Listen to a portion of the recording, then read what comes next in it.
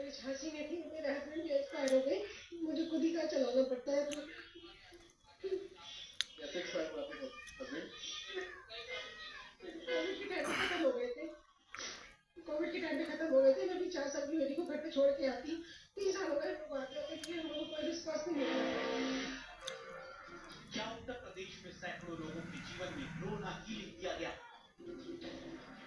सवाल इसलिए क्योंकि पिछली बार अप्रैल महीने में इसी साल जब संवाददाता समर्थ श्रीवास्तव ने अपनी नौकरी के लिए प्रदर्शन करते लोगों के हक में खबरदार किया, तब पूजा सक्सेना आंसू नहीं रोक पाई, अब पूनम के आंसू नहीं रुक रहे, और ऐसे एक दो लोग नहीं हैं।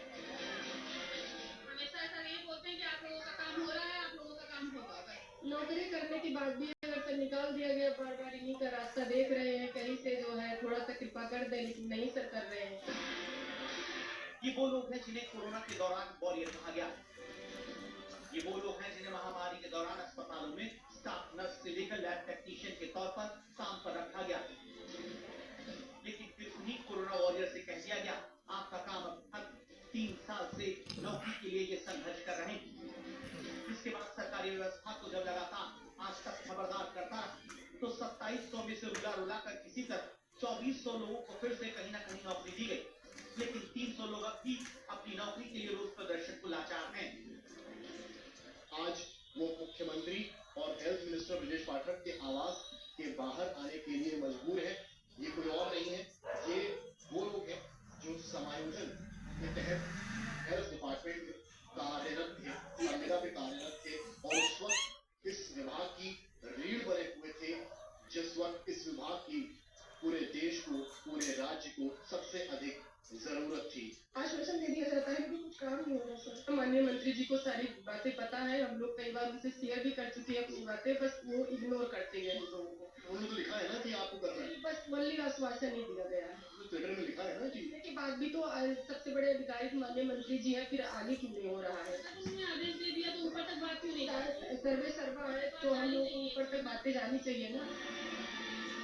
हर बार कुछ दिन के भीतर ये लोग डिप्टी सीएम और प्रदेश के स्वास्थ्य मंत्री ब्रजेश पाठक के घर के पास खड़े होकर दुआ करने पहुंचते हैं, जहां जवाब मिलता है कि डिप्टी सीएम तो इन सबको नौकरी के लिए कह चुके, पर फिर भी 300 लोग भी मजबूर क्यों हैं? कोविड का विशेष समाप्त हो गया, और कोविड नहीं है तो जितने लोगों की उससे आवश्यकता थी उन लोगों को रखा गया। उसके बाद ये प्रायोरिटी दी गई कि जिन जिन लोगों की आवश्यकता बाद में पड़ेगी, उनमें कोविड में जिन लोगों ने सेवा की उनको प्रायोरिटी दी है, वो आज भी दी है। हेल्थ विभाग में भी, अन्य विभाग में भी जिन जिन लोगों ने कोविड में सेवा की उनको क्रमवारी उनको। तो क्या सरकार केवल इस्तेमाल करो और फिर छोड़ दो पर चलती है? अगर नहीं तो फिर जिन्हें कोरोना वॉरियर कहा गया उन सबको नौकरी क्यों तुरंत नहीं दी जाती है? मुख्यमंत्री ने खुद भी को लेटर पर लिखा हुआ है कि भाई आपको संज्ञान लेना है तो आखिर प्रमुख सचिव की तरफ से कुछ क्यों नहीं हुआ, या अधिकारियों की तरफ से क्यों नहीं हुआ। इस मुद्दे पर को लेकर आज तक लगातार खबरदार करता रहेगा जब तक इन लोगों के सीने से पर ये जैकेट की एस्पिरिन लगी और बनी नहीं रहती है, तब तक हम इस मुद्दे को उठाते रहेंगे। और अब आपको बिहार में नायक और